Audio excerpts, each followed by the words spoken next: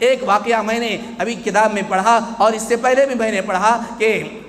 ایک بہت بڑے اللہ والے ہیں، وہ یہ بتاتے ہیں کہ دوران سفر میں جو ہے حج کو جا رہا تھا، دوران سفر میں حج کو جا رہا تھا تو میں نے دیکھا کہ میرے ساتھ ایک ساتھی تھا جو وہ بھی حج کے لیے نکلا ہوا تھا۔ دوران سفر ایک رات ہم اترے ایک جگہ قیام کرنے کے لیے، اس لیے کہ پہلے کا جو سفر ہوتا تھا آج کل کے جیسے سفر نہیں ہوتے تھے، ہوائی جہاز کا سفر نہیں تھا، بسوں کا سفر نہیں تھا، ریل گاڑی کا سفر نہیں تھا، پیدل حج ہوا کرتے تھے، اونٹوں کے اوپر وہاں پر سفر ہوا کرتے تھے۔ جب وہ رات کو پڑاؤ کیے تو وہ اللہ والے یہ کہتے ہیں کہ میں نے دیکھا کہ تھوڑی دیر کے بعد وہ ساتھی جو ہے روتا ہوا اٹھتا ہے اور وہ یہ کہتا ہے کہ میں نے ایک خواب دیکھا، خواب میں نے یہ دیکھا کہ جیسے ہی میں نے سو گیا ایک شخص نے آ کر یہ کہا کہ دیکھو تمہارا جو باپ تمہارے ساتھ سفر میں نکلا ہوا ہے اس کا انتقال ہو چکا ہے اور اس کا چہرہ جو ہے کالا پڑ چکا ہے۔ جیسے ہی اس نے خواب دیکھا اٹھ کر دیکھا کہ اس کا جو باپ بازو سویا ہوا تھا وہ اپنے چہرے کے اوپر ایک کپڑا ڈال کر سویا ہوا تھا، جیسے ہی کپڑے کو ہٹا کر دیکھتا ہے تو اس کا چہرہ کالا ہے اور وہ اس دنیا سے رخصت ہو چکا ہے۔ وہ روتا ہے روتا ہے روتا ہے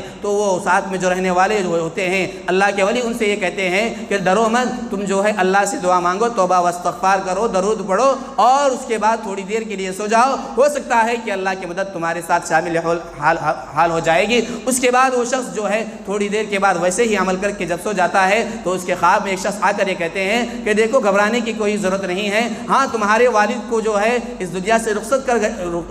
کر دیا گیا ہے اور ان کا جو چہرے کا جو رنگ تھا وہ کالا پڑ گیا، وہ اس وجہ سے کہ وہ سود کھایا کرتے تھے، لیکن تمہارے والد کی ایک اچھی عادت یہ تھی کہ جب بھی کسی مجلس میں بیٹھتے، جب بھی اللہ کے نبی کا تذکرہ ہوتا تو وہ اللہ کے نبی پر جو ہے درود پڑھا کرتے تھے اور کثرت سے درود و سلام پڑھا کرتے تھے، جس کی وجہ سے اللہ کے نبی نے شفاعت فرمائی، اس کی وجہ سے ان کے چہرے کا جو رنگ ہے پھر سفید کر دیا گیا ہے۔ وہ خواب سے اٹھتے ہیں، بیدار ہونے کے بعد دیکھتے ہیں تو کیا دیکھتے ہیں کہ ان کے والد کا جو چہرہ پہلے تھا اچھا ویسا ہی ہو جاتا ہے۔ عزیزان گرامی، اس کے بعد وہ شخص یہ کہتے ہیں کہ میں نے اس کے بعد کبھی بھی درود پڑھنے کو چھوڑا نہیں، ہر وقت صبح و شام میں نبی پر درود بھیجتا